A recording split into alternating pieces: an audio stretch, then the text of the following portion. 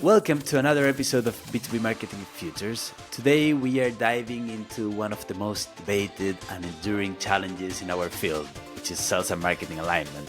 From clashing KPIs to mismatched messaging and pipeline ownership debates, aligning is easier said than done. But when it works, it unlocks growth, efficiency, impact. So to help us unpack what great alignment looks like, I'm here with brilliant minds from B2B marketing and sales actually. And so let's go for a quick round of introductions. David, would you like to give a sentence on yourself? Sure. Thanks, Joaquin. Hi, my name's David Flesh. I have about over 25 years experience in product management and product marketing. I have worked at many different companies from large to small. Been involved in launching new products and, bringing very large products to market and managing product marketing around that. Currently, I am the founder of DCF Consults, which is a product marketing consulting agency. Thank you so much, David. Ariel. Hey everyone, Marielle. So I currently work at Okta in product marketing, and I've been in the identity security space for a little over 5 years now, but in marketing for a decade, trying to find my way through eventually to product marketing. Very happy here. Lots of good stuff to do. Never a dull moment, that's for sure.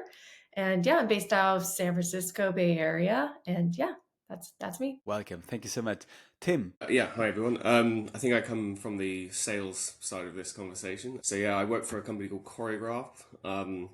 They are the data and tech consulting arm of Group M, which is one of the largest media and creative holdcos that in the world. And I specifically work within the Google Center of Excellence. So I've been selling software for about 18 years, I think, about now. And I've got I'm head of sales for North America when it comes to all of the GMP and GCP sales within our group. It will be great to hear your sales perspective, Tim. Thank you. Thank you for joining us. You're ganging up on me today, I think. There's three of you on here. Yeah. Can't wait. Well, Josh, please welcome. Thank you. My name is Josh. I'm currently the VP of Product Marketing at Beyond Trust. We're another identity security company, but we do a different thing than what Okta does. And I've had a lot of different jobs within IT and cybersecurity, range from channel to consulting and being a sales engineer and strategic alliances, competitive, and of course, product marketing, which has in many ways led me to where I am today. So I'm having a great time joining all of these different aspects of, hey, what do customers want? What do sales teams need? And what do partners need to really make sure that ultimately customers are getting what they need to really feel like they're understanding the value of what we're providing. So I'm really excited to be here and talk about how we partner with those teams to make sure that everything's running smoothly. Amazing.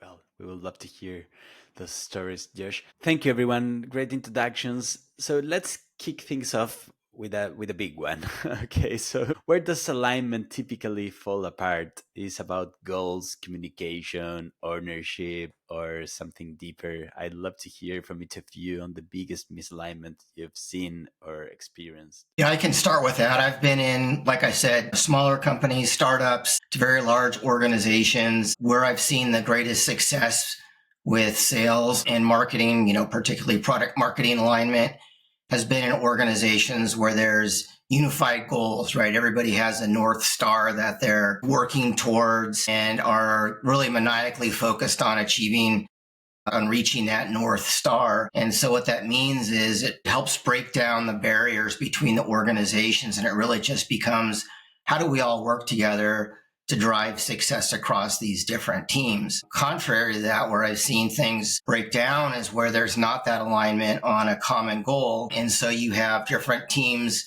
operating in their pockets with their own KPIs, with their own goals and metrics. And they're kind of out creating their own things, and they're not coming together and working together for that greater good.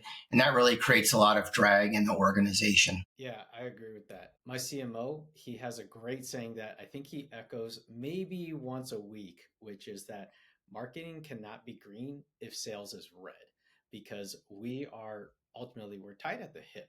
So, yes, we have our company goal, we have our marketing goals, and sales has their sales goals.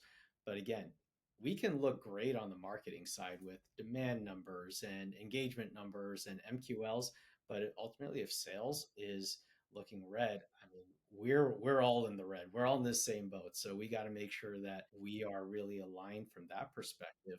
And if an organization is treating those things, like you said, David, as completely siloed areas, that's going to be a big breakdown in the organization as a whole. Yeah, I think I totally agree with that. I think communication is another one, and having the marketing team understand the sales process. So if their goal is a number of leads, then that's actually not really ideal for us, or I mean for us specifically. I mean, so there's some sales organizations where it's quantity is good, just start knocking them out. But with us, it's actually kind of a bit different because some of the numbers in what we sell, these are 7, 8 figure dollar accounts, right?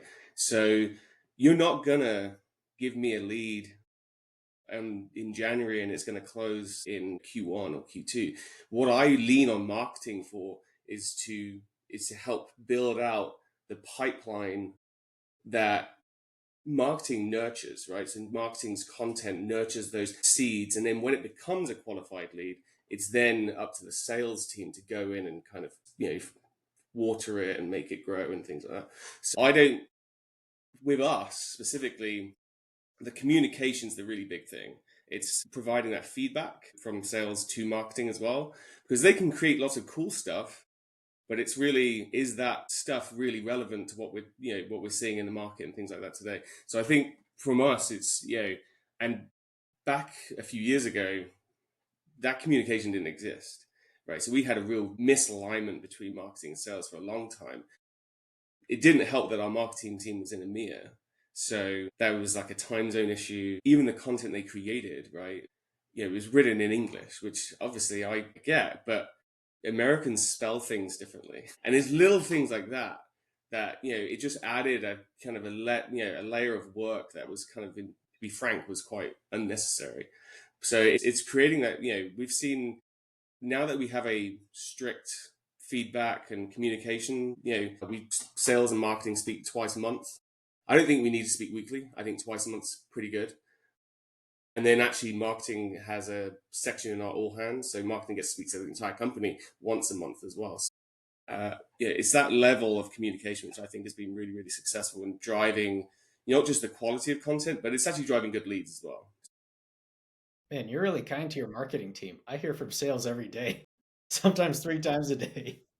Well, no, we don't have that kind of level. I mean, I ping each other, definitely. There's an open level, there's an open communication, but it's not formalized in that way. That sounds great though. But yeah, the pings are great. I actually really like it because you really get that real-time feedback like, "Hey, we realized that we actually need this thing and here's why." And they'll sometimes show me that this was actually updated 5 years ago, for instance, and we could maybe use something that's a little bit more relevant. And they're really good about that. To your point about, hey, it's really a feedback loop on, hey, making sure there's that open communication and really the ability to put the ego aside of, hey, look, I spent all this time writing it in marketing and you're going to use it even if it sounds maybe different than what you actually need on the field. So I think that's really important, like you said, to make sure that that open line of communication exists and anyone in sales knows who to go to in marketing for content or anything that might need updating or creating. Amazing. Wow, those are great insights. So let's talk about alignment in action. So, what are those frameworks that you're describing now, those rituals or collaboration methods that have helped your teams stay aligned? I don't know if they are content sprints or these pinging chats on Slack or whatever that has actually worked. So what we've done at Okta is we have pretty much because we're a big Slack user, we have all these different channels and we even have them mapped to different products. And since Okta has lots of different products and a pretty technical product itself or platform, it's definitely something that we need to have so that we can get that feedback and also field questions, common questions, which we can then basically understand, okay, what's the theme of the types of questions sales is asking? And so that gives us a better idea of, okay, do we need to update our internal FAQ? Do we need to do another training? So something as simple as a dedicated Slack channel for a product or initiative that you're launching is so important. And then it also gives you the names of the folks that are really those that will be able to give you that feedback, and you can reach out separately. So I pay attention to who's asking the most questions. And if they are, well, guess what? They are already volunteering themselves to take a look at this new pitch deck that we got going. And usually they're pretty receptive versus I know in the past in my career, I've tried to do more like formal quarterly, spending time with AEs 101 on a Zoom call, and that's not necessarily scalable. So trying to find these different ways to figure out and a lot of times these folks are just naturally the leads of their group, and a lot of folks look at them because they are asking the questions. So really identifying those people and reaching out. And in that case, one-on-one Zoom call makes sense. But we definitely don't want to get into this ever-ending cycle of, or never-ending cycle, I should say, trying to get every AE to fill out a survey, et cetera. The response rates are not that great. So those are just some of the learnings that I have, and like, how do I scale this better? Also, I'm really excited. We've not implemented this yet, but we're thinking about it, how we can use Gen AI tools in all aspects, right, of product marketing. And one of the ideas was fielding requests. So if someone has a question about a particular product topic, whatever it is, serves up an answer based on what we train the model and our messaging and all of that. And you can even take that further beyond field requests to, I'm a salesperson and I have a customer meeting. It's at this stage of the sales cycle. Draft me a deck and talk track that would be tailored for this particular customer. I feel like that's going to really change the game, and I'm really excited to see where that takes us. Yeah, Ariel, that's super exciting. That capabilities of Gen AI to be able to understand the inner workings of the organization, the latest content that's available, and then being able to connect that with the salespeople in real time. That's critical.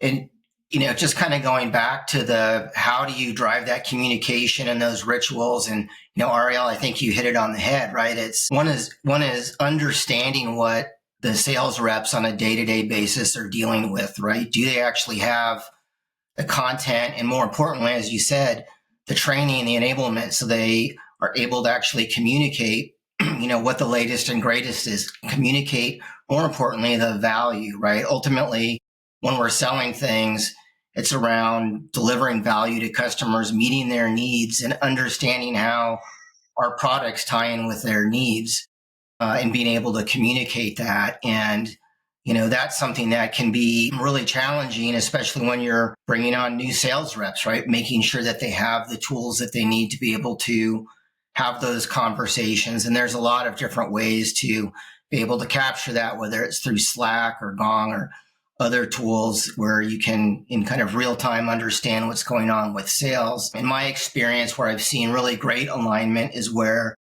sales has been part of, there's been a sales representation as part of a product team. And that's where there's a product leader, a product marketing person. Sometimes there's people from campaigns and other parts of the organization, but those folks working together with sales. And what I found is that really drives focus on the sales needs, right? Sales doesn't need everything. Sales needs a few things that are very targeted at them being able to drive across their messaging and being able to achieve their goals. And so having that tight collaboration is super critical. And what it means is that sales is involved in every step of the journey, right? That person on that team is there from inception through delivery. They're part of the review process. And that way, when you actually do get something across the finish line, right, everybody's bought into it. Everybody's aligned at that point in time. And, that becomes a very powerful way to drive that alignment in terms of the content, the enablement, and just the readiness of sales to be able to go out and be successful. Yeah, so for us, one of the big things that we got to implement after I started was exactly this, which is specific channels that combine sales, sales engineers, product marketing. And I think that prior to me joining, there was actually a little bit of fear of having a Slack channel like this because there was concern that, oh no, if we make this, sales is just going to flood this with requests and it's going to just be a never ending deluge of, hey, I need this, I need this. But what I've found is that, hey, they don't need everything. They actually want just a few really good items. And if you start with those at the beginning, it's going to be so much better than if we just worked in our own silo, in our own head. And one point that I also want to make is we don't just want to take the same salespeople all the time. You want to have actually a good cross section of, hey, you have, that top 5% of sellers who are the superstars who, you could give them a stick and they would be able to just be amazing at it. You also want to have new sellers. You want to have, ones that really represent that middle of the bell curve, because those are going to be what really helps drive that pipeline for the large majority of your sales force as well. So it's really important to have that mix if you're going to have that Slack channel too, and regularly rotate through that and make sure that you give multiple sellers the opportunity to be in there and voice what they need too. Yeah, I think Josh, you kind of nailed something there, because from a sales perspective, if you have a deck that you have mastered this talk track on, and it delivers and it works and you see positive feedback all the time, as a salesperson, they're going to always use that thing because they know the types of questions that it's going to come out. They know how to answer those. They know how to direct the conversation. Salespeople like the path of least resistance, right? So if you have a one or two, three really, really, really tight, really good pieces of content that you train those salespeople on, and they deliver it over and over again, you can do some extra things around it, but that's going to be your core. Like I use some decks I've used for years. I mean, I've changed it now because I've had to, because the product's changed. But I lived using like this kind of one core deck that I just kind of changed a few slides, but the story was the same because it resonated. It just worked, and I saw results. So, and by the way, Ariel, when you get that Gen AI thing that can create decks with me doing a prompt, send me an email. I want to see what that does. That sounds amazing. Yeah, me too. Yeah, definitely. And Ariel, in our briefing call, you talk about starting from a central messaging doc and adapting it for different teams. So can you walk us through how that process reflects both the marketing understanding and sales needs? Yeah, well, this messaging doc, I think almost every product marketing practice at every org has some version of the messaging doc, whether it be just a few bullets on the value, all the way to detailed, like here's the 25-word description, here's the 50-word description, here's the 100-word description, the competitive information, all this stuff. So the marketing doc for me has always been sort of the forcing function to really put the messaging down on paper, figure out what are the value drivers, like that's the bare minimum. Try to think of some supporting evidence, whether it be from an external analyst, etc. I know right before this call, Josh was sharing that he's got a bunch of analyst meetings coming up for a conference in a few weeks. So this is really the messaging doc that is meant for not necessarily the one that will be copy paste shared with sales, because as Tim said, they're looking for the path of least resistance, just what they need, the core stuff, and then move on. So this messaging doc is really starting with, okay, how can I make this the most extensive to where someone in marketing who is working on maybe a potential webinar could theoretically just take some of the messaging that's already there and repurpose it for a title and abstract for a webinar. That also helps it make it more scalable, because a lot of times product marketing is brought into, okay, we have a specific webinar about this product coming up. Can you help me work on a title and abstract? And it can be very heavy lift to do that for every webinar. And so having a messaging doc that's already almost all the way there and just can, like, again, the 50-word description, whatnot, they can add that, repurpose it, and again, use Gen AI tools to come up with titles and abstracts. I mean, I've been doing that a lot lately. I think that's really a good starting point. And then when you do create like the sales or field facing version of the messaging doc, it's about cutting down to the core things and keeping things in like the competitive landscape, etc. And then having an internal FAQ that is more Q&A format is also, I think, really helpful. And those are actually taken directly from that Slack channel we mentioned earlier of what are the common questions people are asking. And that's more of a living doc versus a messaging doc. Yes, you want to update as the messaging changes, but you're unlikely to change the messaging entirely post GA. It's little tweaks here and there. So that's kind of my process. Start with the messaging doc, serves marketing and anybody else in product marketing, and then drill that down or condense it down into a messaging doc that's field facing that really just gets to the key points there. And then the internal FAQ as sort of a resource. And then, by the way, you can also use that sales or field facing messaging doc that you created as the start for building your deck because you got the key elements there. So really trying to simplify and make it so that it's consistent throughout. And there's multiple different ways that folks can get content or get answers to questions. So once you've created let's call it the core deck, the talk track that feels, so it's now in the salespeople's hands, right? Do you guys ever join sales calls where they're actually delivering it to get kind of feedback on how, so take your top sales guys over a couple of months, for example, and then and see how because they won't word for word use your talk track, right? That's never going to happen, but they'll create their own. Do you guys do that? Do you guys join sales calls and kind of get that kind of feedback and it's kind of becomes a living document that kind of changes? That was actually my question, Tim. Yeah, so it's funny you bring that up because one of the main things that my boss actually says is product marketing is not a back office role. It is a front office. So you need to see how the assets are actually being used. Like you can create it, you can work with sales from the beginning, but until you actually see it in action and know if it's resonating with the customer, you really don't know. So it's really important to do that and make sure you get that really firsthand feedback and tweak and tune your messaging and the decks and whatever that may be. And one of the hacks that I actually like to do is I like to go to the SEs and the sales team and just ask them, hey, what homegrown content have you made that's totally separate from the official stuff that marketing has made? Because I know that that exists and I know that you've made it and it works. So I would love to take that and reverse engineer it and then make that into the official set of messaging because, again, it's battle tested, it works. And yeah, it might need some extra marketing love for it, but otherwise, it's really important to be part of that process that's really field facing as well. I agree. I think that's critical, Tim, is that, product marketing is sitting with sellers, understanding how that message is being received and how the sellers are using it, or if they're even using it, right? I always have told my teams, you've got to find people that you can be working with and that you can, shadow and ride along with and hear how they're using your messaging and, figure out how to create something that is actually working for them, right? That the sellers understand or comfortable with. As you said, it's the path of least resistance, which is really the path of, hey, I understand it, it works, my customers understand it.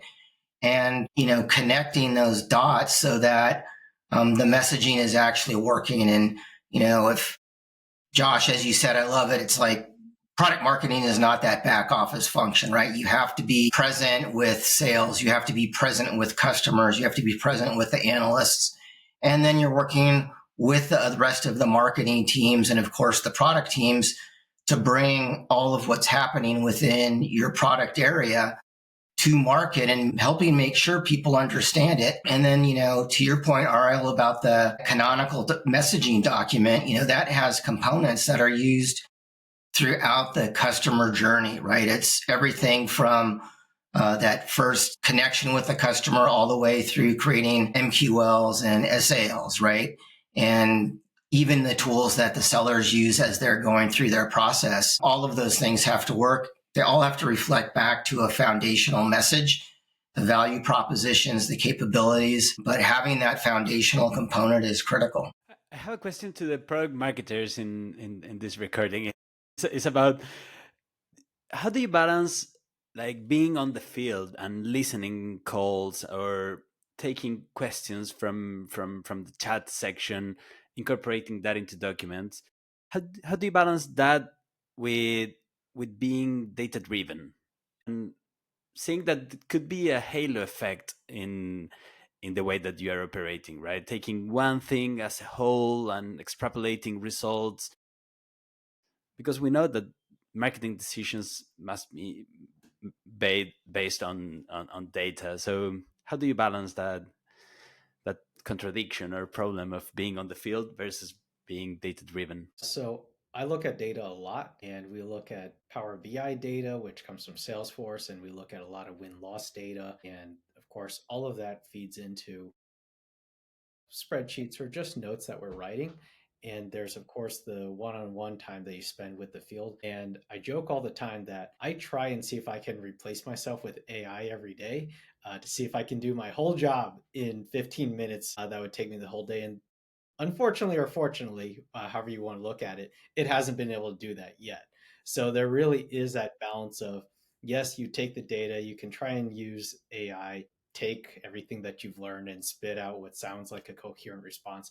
But at the end of the day, it really is that balance of, hey, you got to know your subject matter. You got to know what customers need. You got to know what the sales team needs. And you take all that, and you as the product marketer, your value is being able to take that, and you can take the analytics, but producing something that really only a human is able to at this point. And not only that, but a human who understands the subject matter and their product and the ICPs, so that again, what you're producing is actually effective. Yeah, one thing that I think is really unique to sitting in product marketing, whether you roll up into marketing or you roll up into product, at Okta, we roll up into marketing, which seems to be kind of the more common thing I've seen throughout my career, is that we are not just looking at pipeline, we are also looking at conversion all the way to that closed one.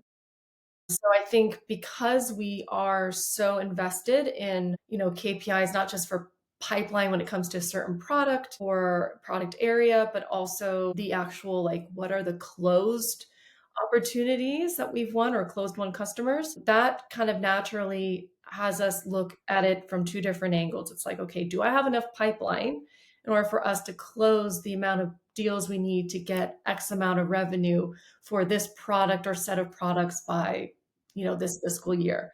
And then also looking at what is the conversion? Why are we not converting? And that is less of a top of the funnel marketing issue and more of a conversion issue. And so that's where I think product marketing really can go in and figure out what's going on, try to figure out before we get the win-loss data, because by then it's already too late, but to see, which accounts or major accounts are at risk of closing on a product and understanding, is it a product gap problem? Is it budgeting, messaging? Like, and all that can feed back into our messaging because as we know, macroeconomic times are a little uncertain right now. And so that's one thing I'm particularly looking at is if we are seeing a lot of closed deals because of project didn't complete or no budget or higher priority, to really dig in and follow up those account teams, not just after, but during, to really see, what is the potential issue here? Is this potentially an issue that's beyond this specific customer and a trend that we're seeing? And if that's the case, we need to maybe adjust our messaging to be more about operational efficiency, et cetera. So being able to do that in real time, close to real time, rather than after the deal's already been lost, has been a huge game changer. And that also helps you understand when you are trying to hit your goals, your product goals or revenue goals at the end of the year for your different products or product lines. Was it a pipeline problem? Was it a conversion problem? And so that's kind of the ultimate question a lot of times we hear, because a lot of folks will say, oh, it's a pipeline problem.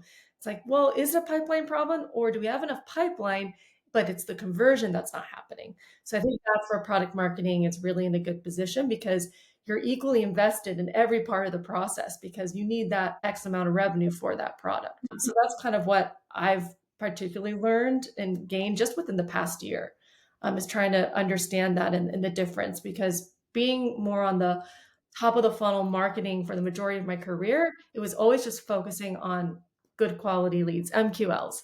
Didn't care so much. Also, we didn't have that shared KPI of, oh, this product needs to make this amount of revenue. So that's kind of a big aha moment for me being in product marketing. Yeah, there's a point to what you're saying, Ariel, that I also want to echo because in many ways we have similar funnel metrics that we're looking at, and that includes product and conversion. One of the things that not only do I do, but I ask my team to do it too, is when we look at all of our deals, and we have a lot because we have 20,000 customers, and there's a lot of aspects that you can't look at every deal. So you do look at that data to try and get more of a trend.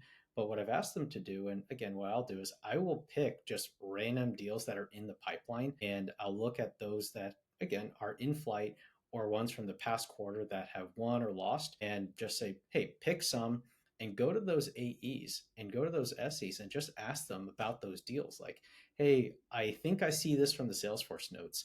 Can you tell me the story of what actually is going on with this deal? Like, did it get pushed because hey the messaging wasn't right, or is it that hey something just happened just totally out of control that we didn't even think about? So that's been really helpful for us just to understand, hey look, maybe what's going on with you at the ground level is actually what's happening across the rest of the sales team. So in the sense that yes, we have to do things that scale, you still have to do those manual one-to-one metric finding activities that aren't scalable because that's going to give you way better information than just reading notes. Because as we all know, salespeople are busy. Salesforce hygiene can be improved at times. So it's really, really important to do those analytics along with those parts where, hey, you're getting the feedback at the ground level. Because at the end of the day, feedback is a gift and it's really important to know what's happening. The other thing is, and I suppose you probably all do this as well when it comes to kind of the marketing, is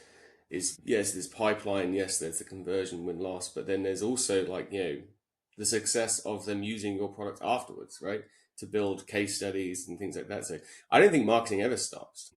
And yeah, you guys got a tough job because yeah, you got to build the pipeline, you got to help them close, and you got to tell the story of why it closed and how successful they were, and that's something our marketing team does a really really wonderful job of. Gosh, I wish I had 20,000 clients. I don't. I'm more in the hundreds because, but yeah, so it's not probably as a tough of a job. I wouldn't know where to begin if there was 20,000 to choose from. I'll be honest with you. You'll get there. I believe in you. That's right. Yeah. I like it. Positive. Well, thank you so much for telling those amazing stories. We've covered a lot from common misfires to messaging that moves the needle, the importance of rituals and co creation. So, before we sign off, is there any final advice you'd give to marketing or sales leaders struggling to create better alignment? I think it just goes back to having that North Star in understanding the role of product marketing and how that works with a sales organization, right? And product marketing builds the bridge, from product to the rest of the marketing organization, to sales, to partners, to customers. But that relationship between sales and product marketing is critical. And one thing I always tell my teams is our job is to make sure that the sales teams get fed, right? And that means all of the things that we've talked about. It's the leads, it's the conversions, it's understanding what's working and what's not working, and the dynamics of all of the things going on around them in the environment, whether it's new product innovations, new competitors, or economic challenges that we're dealing with today. And how do we position for that? So just having that connection, that understanding, and remembering, why are we ultimately doing this, right? It's not to create a piece of content. It's not to create a brochure. It's not to create an ad.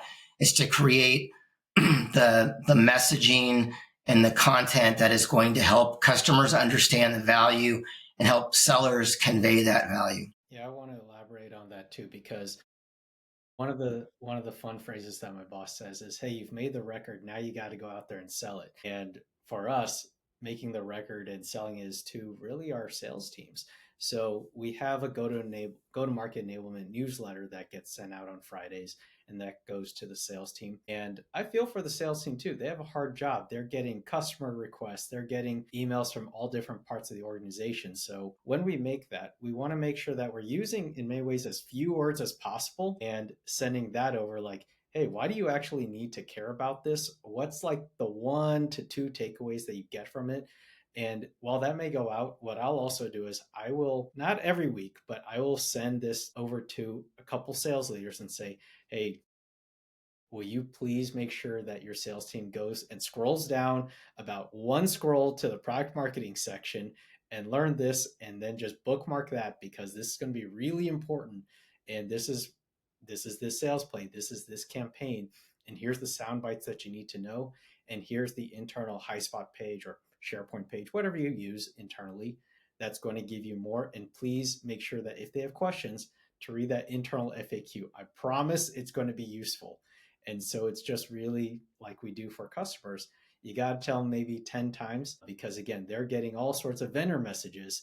So we got to do the same thing for sales. Like, hey, we might have to tell you 10 times so that, it rises above the noise that you're getting every single day from other parts of the org. And then one thing that I'd like to add is I think another hack that didn't mention earlier is even something as simple as having product marketing go through some of the training that sales goes through, and having product marketing join, even if it's just virtually, a new sales onboarding session. So really trying to put ourselves in sales shoes and maybe even vice versa, but then also having that face time, especially with, I know David, you mentioned new sales hires. That's a key opportunity there for product marketing to help lead the way as far as what's the message, where to find the right messaging, and kind of where to get started first, because they're just in absorption mode at that point. And it can be easily overwhelming. So also giving a face to the name of like, okay, here's this representative in product marketing. Product marketing is going to be my best friend going forward. And so making sure that there's that empathy. So going through what sales is going. For instance, we had our sales kickoff not too long ago, and sales had a bunch of pre-work. Guess who also went through it? Product marketing. And these are in areas that we aren't necessarily familiar with, because a lot of us are tied to specific products. So that already creates this sense of empathy. And then also just being at SCO or being at the new hire onboarding, so that you get that face time. And that a lot of times really helps force that sort of relationship versus just another name in Slack, which is just not the same.